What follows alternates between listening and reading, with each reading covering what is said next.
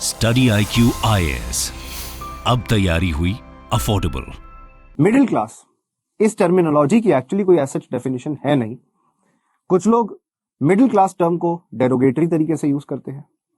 Middle class एक ऐसा section है हमारी सोसाइटी का, हमारी कम्युनिटी का, जो कि ना ही बहुत ज्यादा अमीर है और ना ही बहुत ज्यादा गरीब है।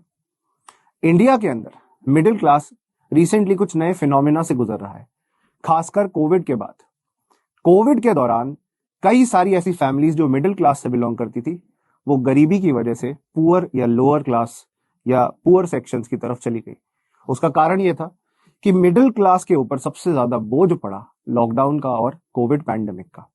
बट अब मिडिल क्लास को एक लिफ्ट, एक थोड़ी सी तो लिफ्ट करा दे गाना था ना, तो उसी तरीके से एक लिफ्ट चाहिए। अब करना होगा, we have to push them up on different standards, on different parameters. तो इस क्लास में हम समझेंगे आखिरकार मिडिल क्लास कौन है, मिडिल क्लास कम्युनिटी को कैसे हम बेटर लिफ्ट अप दे सकते हैं, बेहतर तरीके से पुश कर सकते हैं, ताकि मिडिल क्लास कम्युनिटी हमारे देश के लिए एक एसेट बने, न कि एक लायबिलिटी। सबसे पहला सवाल, who is middle class?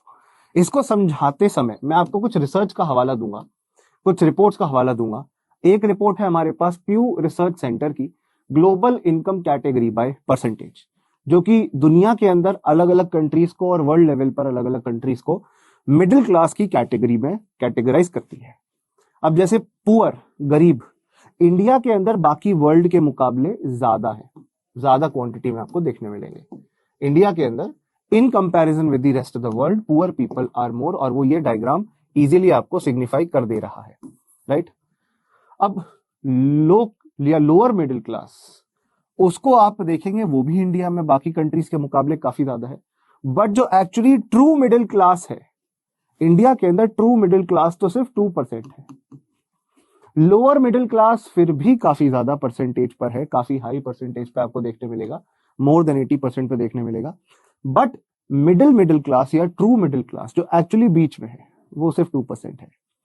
Upper middle class जिनके पास थोड़े ज्यादा रिसोर्सेज हैं, अपनी खुद की गाड़ी है, रहने के लिए घर है, एक स्टेबल प्रॉपर जॉब है, but not as rich as the upper class people, they are very very very very small, बहुत छोटा परसेंटेज है उनका। और हायर जो टॉप मोस्ट 1% है, आपको कुछ फैक्ट से पहले मैं अवगत कराता हूं। इंडिया के अंदर 10% पॉपुलेशन के पास लगभग 4 गुना रिसोर्सेज हैं of what the 90% bottom population has. मतलब इस 10% के पास उस 90% से भी 4 गुना ज्यादा रिसोर्सेस, एसेट्स या वेल्थ है। So top 1% wealthy people, they have a lot of wealth, जो कि आप एक बहुत बड़ी इंडियन पॉपुलेशन के पास इक्वली डिस्ट्रीब्यूटेड होना चाहिए, पर वो सिर्फ 1% के पास है। तो ग्रॉस इनइक्वालिटी आप देखते हैं। तो चलिए, आज हम इनइक्वालिटी के बारे में नहीं, आज हम बात कर रहे हैं मिडिल क्लास के बारे में। अब मिडिल क्लास एक ऐसा फिनोमिना मैंने आपको बताया जिसको हम अब लिफ्ट करना चाहते हैं। गवर्नमेंट को अलग अलग स्कीम्स, अलग अलग तरीकों से सपोर्ट प्रोवाइड करना चाहिए मिडिल क्लास को। मिडिल क्लास के ऊपर बहुत सारी प्रॉब्लम्स आ रही है, इसलिए कहा जा रहा है that middle class is being squeezed from all sides. हर तरीके से मिडिल क्लास को निचोड़ने की कोशिश कर रहे हैं। सबसे पहली इंपॉर्टेंट बात यह है, rising cost of living is there. आप एज अ स्टूडेंट अगर आप राजेंद्र नगर में रहकर यूपीएससी की प्रिपरेशन भी करते हैं, 12, 13, 14,000 का रूम मिलता है, फिर खाने के लिए आपको अरेंजमेंट करना पड़ता है, फिर उसके बाद आपको कोचिंग भी लेनी है, कोचिंग के अलावा टेस्ट सीरीज भी देनी है, बहुत सारे कॉस्ट है। तो लिविंग एक्सपेंसेस इतने ज्यादा है, जो मिडिल क्लास फैमिली से बिलोंग करने वाले बच्चों के लिए बिल्कुल इम्पॉसिबल सा हो जाता है, इतना ज्यादा रेंट बियर करना, इतने ज्यादा लिविंग एक्सपेंस बियर कर पाने। तो इसीलिए तो मैं कह रहा हूँ middle class is being squeezed from all the sides. देखिए, Nobel prize winner Abhijit Banerjee and Esther Duflo ने मिडिल क्लास आखिरकार कौन है ये ढूंढने की कोशिश करी। इस सिचुएशन को देखकर, अब देखिए, यूनाइटेड नेशन का पर कैपिटा एक्सपेंडिचर, प्रतिदिन का खर्चा जो डिफाइन करता है कौन अमीर है कौन गरीब है, वो है $1.90। अगर इतना कोई पर डे एक्सपेंडिचर कर पा रहा है या इससे ज्यादा कर पा रहा है, then they are not poor. पर इतना भी अगर कोई नहीं कर पा रहा तो वो उस थ्रेशहोल्ड के नीचे, मतलब गरीबी रेखा के नीचे माना जाएगा। अब इसी बात पर अभिजीत बैनर्जी, जो नोबेल प्राइज विनर है इकोनॉमिक्स में, और एस्थर डफलो, उन्होंने मिलकर कहा कि लोअर मिडिल क्लास वो है जो $2 से $4 प्रतिदिन का खर्च पा रहे हैं, मतलब लगभग 160 से 320 रुपए तक दिन का खर्च पा रहे हैं। मिडिल क्लास $4 से $6 जो रोज का खर्च पा रहे हैं वो मिडिल क्लास कैटेगरी में आएंगे। अब इसी डेफिनेशन को देखते हुए एस्थर डफलो और अभिजीत बैनर्जी यही कह रहे थे कि मिडिल क्लास की सच एक डेफिनेशन बनाने की कोशिश करते हैं, बट प्रॉब्लम ये है ये जो नंबर्स हैं they are inconsistent with the Indian national poverty thresholds. India में अलग अलग कमिटीज बनी, रंगराजन कमिटी, तेंदुलकर कमिटी, जिन्होंने पावर्टी लाइन खोजने की कोशिश करी। तो ये इंडिया के पावर्टी डेटा के साथ पूरी तरह इनकंसिस्टेंट है। इसलिए आज भी हम प्रयास कर रहे हैं और अभी भी एग्जैक्ट हमारे पास कोई तरीका नहीं है। We still don't have anything, the methodology is still incomplete to find out what can be the minimum expenditure threshold, minimum खर्चा कितना हो सकता है जो कि एक मिडिल क्लास फैमिली करती है। तो who is exactly middle class, still we do not have any idea. कौन से तरीके से मिडिल क्लास के ऊपर अभी हमें बोझ देखने मिल रहा है। सबसे पहले cost of transportation and cost of commuting. India ने पिछले 5 सालों में फ्यूल प्राइसेस में मैसिव इंक्रीज देखा है। उसका रीजन हो सकता है कि गवर्नमेंट ने ज्यादा टैक्स लगाए पहले से फ्यूल के ऊपर, ईंधन के ऊपर, पेट्रोल डीजल सीएनजी के ऊपर। ग्लोबल सप्लाई चेन क्राइसिस रही, रशिया यूक्रेन वॉर चल रही है, ओपेक कंट्रीज में कुछ टसल चल रही है, सऊदी अरेबिया और बाकी कंट्रीज प्रोडक्शन कट कर रहे हैं। इस वजह से डिमांड बढ़ती जा रही है, सप्लाई हो नहीं रही और इसलिए ट्रांसपोर्टेशन कॉस्ट, फ्यूल कॉस्ट, ईंधन की कॉस्ट बढ़ती जा रही है। तो cost of transportation, cost of commuting is rising. That is the problem which middle class is facing. एक साइड से इस तरीके से मार खा रहे हैं मिडिल क्लास। इनकम ग्रोथ हो नहीं पा रही, सैलरीज इंक्रीज हो नहीं पा रही, कई कंपनीज में तो ले ऑफ चल रहे हैं, जॉब्स से निकाल दिया जा रहा है क्योंकि वो कंपनीज प्रॉफिट की तरफ जाना चाहती हैं, टर्न अराउंड करना चाहती हैं, इसलिए एम्प्लॉय कॉस्ट कट कर रही है और एम्प्लॉयज को जॉब से निकाल रही है। बाकी जगहों पे इतनी ज्यादा अप्रेजल या सैलरी में ग्रोथ हमें देखने नहीं मिल रहा। फ्रेशर्स को 3.5 लाख, 3.6 लाख अभी भी सैलरी दी जा रही है और कई कंपनीज में तो उससे भी कम दिया जाता है फ्रेशर्स को। मीनवाइल सीईओज की सैलरी 100 गुना बढ़ चुकी है। आप प्रॉब्लम समझ पा रहे हो, सीईओज ऑफ कंपनी मिल रही है।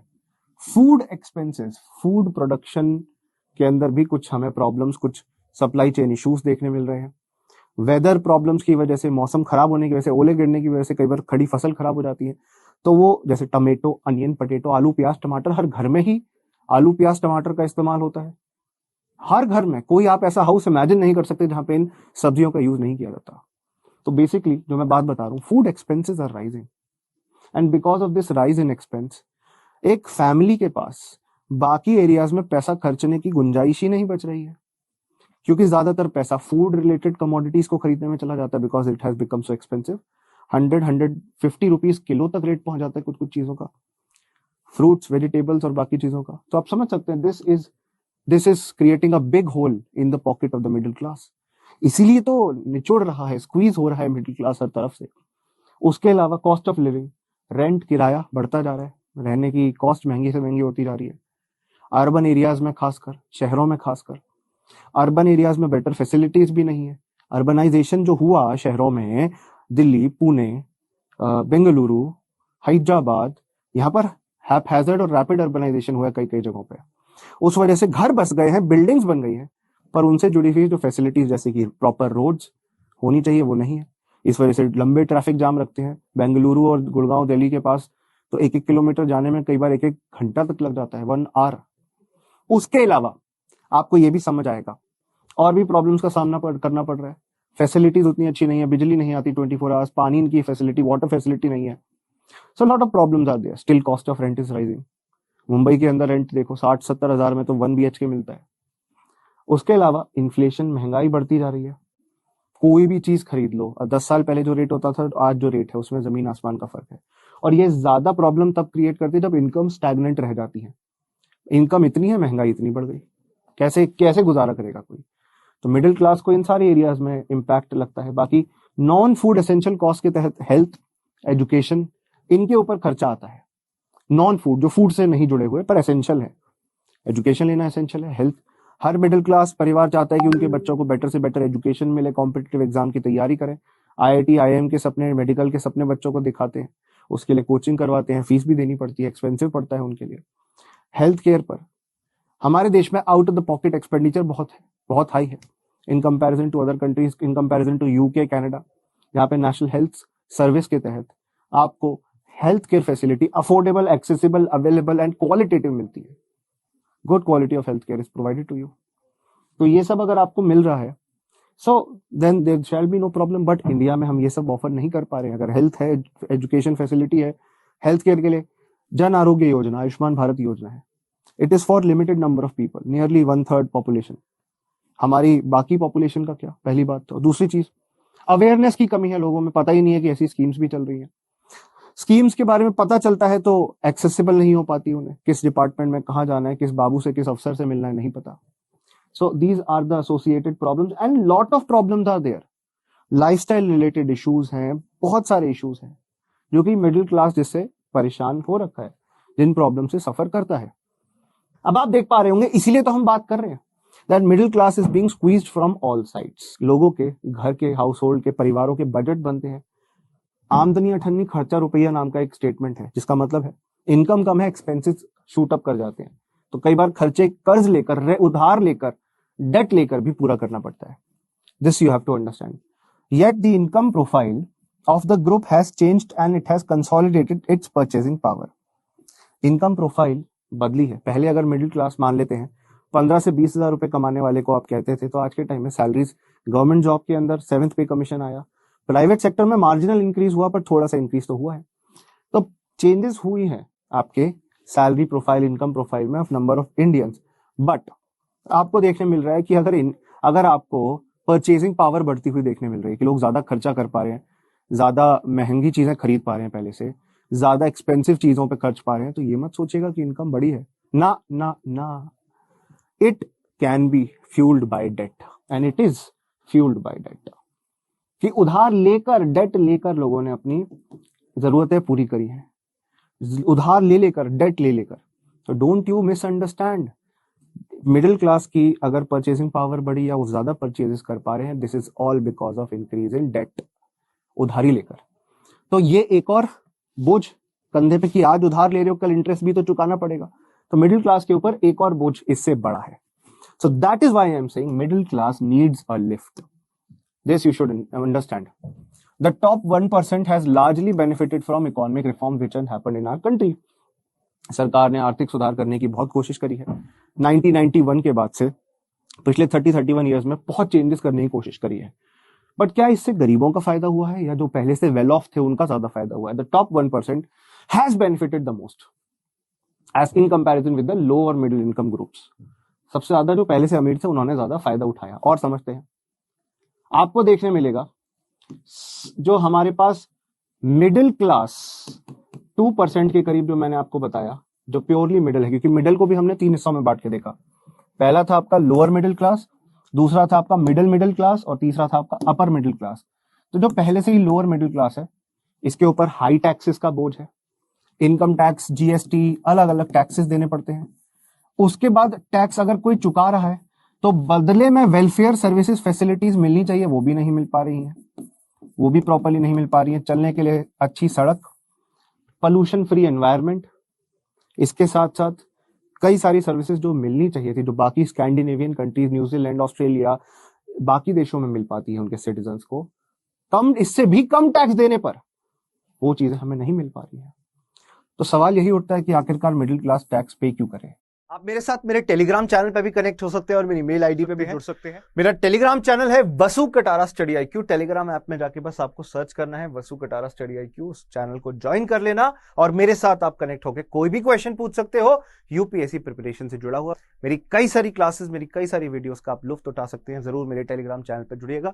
ये मेरी मेल आईडी है vasu.katara@studiiq.com।